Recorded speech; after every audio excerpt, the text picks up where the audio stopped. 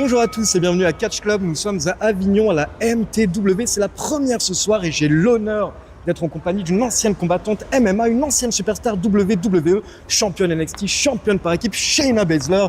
Shayna, how are you doing? I'm doing all right, getting ready. Getting ready for tonight, big match against GJU. So you had a face-off last night. Do you have a message for her tonight, maybe? I'll say everything I need to say to her in the ring. She'll find out.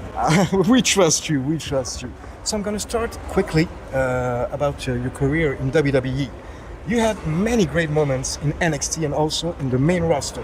If I had to ask you right now, a highlight of your run in WWE, what would be the first thing that would come to mind? Oh man, obviously Black and Gold NXT holds a special place in everyone's heart that was a part of that. That was such a run. And it's not even, I had a long time as champion there.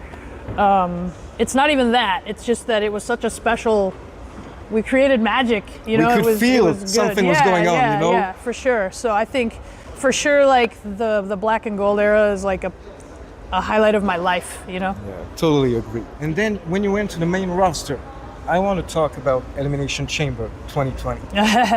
Could you tell me, when did they tell you that you were going to win the match and in such a dominant way?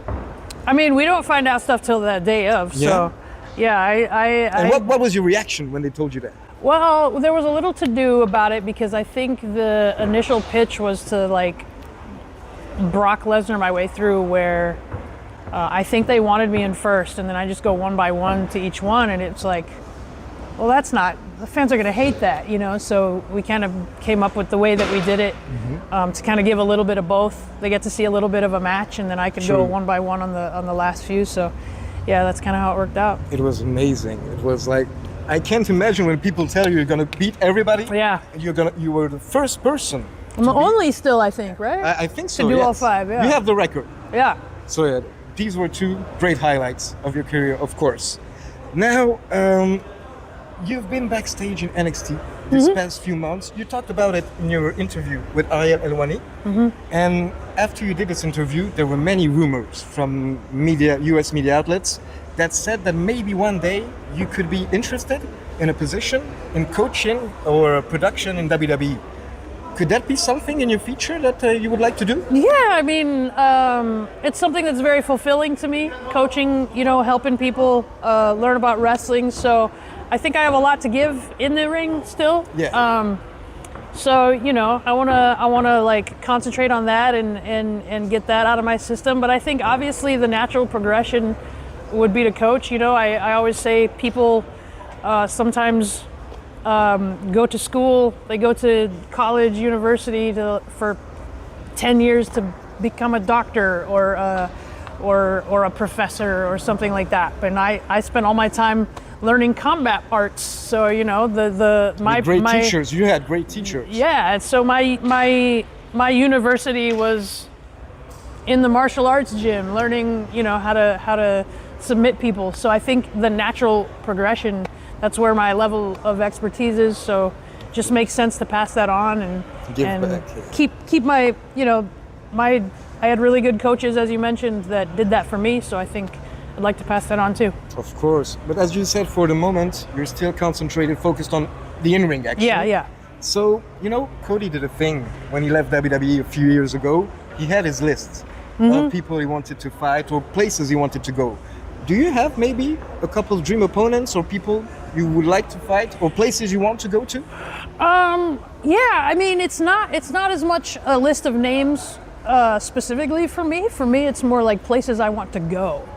I want to do, when I was doing the indies before I signed to WWE, I was grateful to be all over the United States. I went to Japan and did a stint there. I didn't really get to come to Europe to do much of indie circuit here. So I'm glad to be coming here. Hopefully I'll be back more. So I'm excited to do that. And so right now, I mean, you're open to everything like AEW, TNA? Yeah, I mean, whoever has bodies lined up for me to break, I don't care about the letters behind them. I'm ready to go. Ready to fight. Yeah. I know that it's like in the future, but do you think we'll ever see you and Ronda Rousey in the ring together again? Who knows? If there's one thing you learn being a pro wrestling fan, it's never say never. Anything can happen. Anything can happen. Maybe one Never day. say never. Yeah. And last question, right now there's a big boom in wrestling in France. Mm-hmm. And a lot of younger guys are trying to learn and start their career. What would be your advice for a beginner who wants to become a pro wrestler? I would say to get working like you're already there. And what I mean by that is you'll see a lot of people that will wait to get in the gym for when they get there and they can train. Like, get in the gym now like it's your job.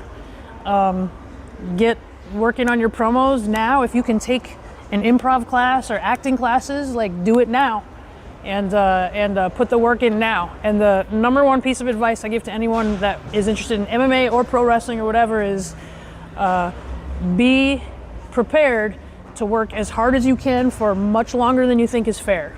Of course. Yeah. You talked about MMA and wrestling. How complicated was it for you to transition to wrestling and really find your character?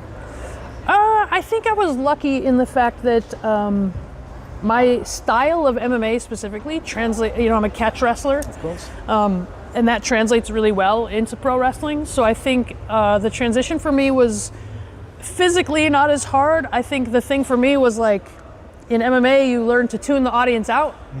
And you listen to your corner only, and in pro wrestling you want to listen to the audience. So I think just training my ears really to be able to do that was the hardest part. And the pacing, like, everything is it's not so frantic. Yeah. But yeah, that was one of the biggest things. And you did both live, MMA and wrestling, training, everything. Is there one that's harder than the other? I think each is harder in its own way.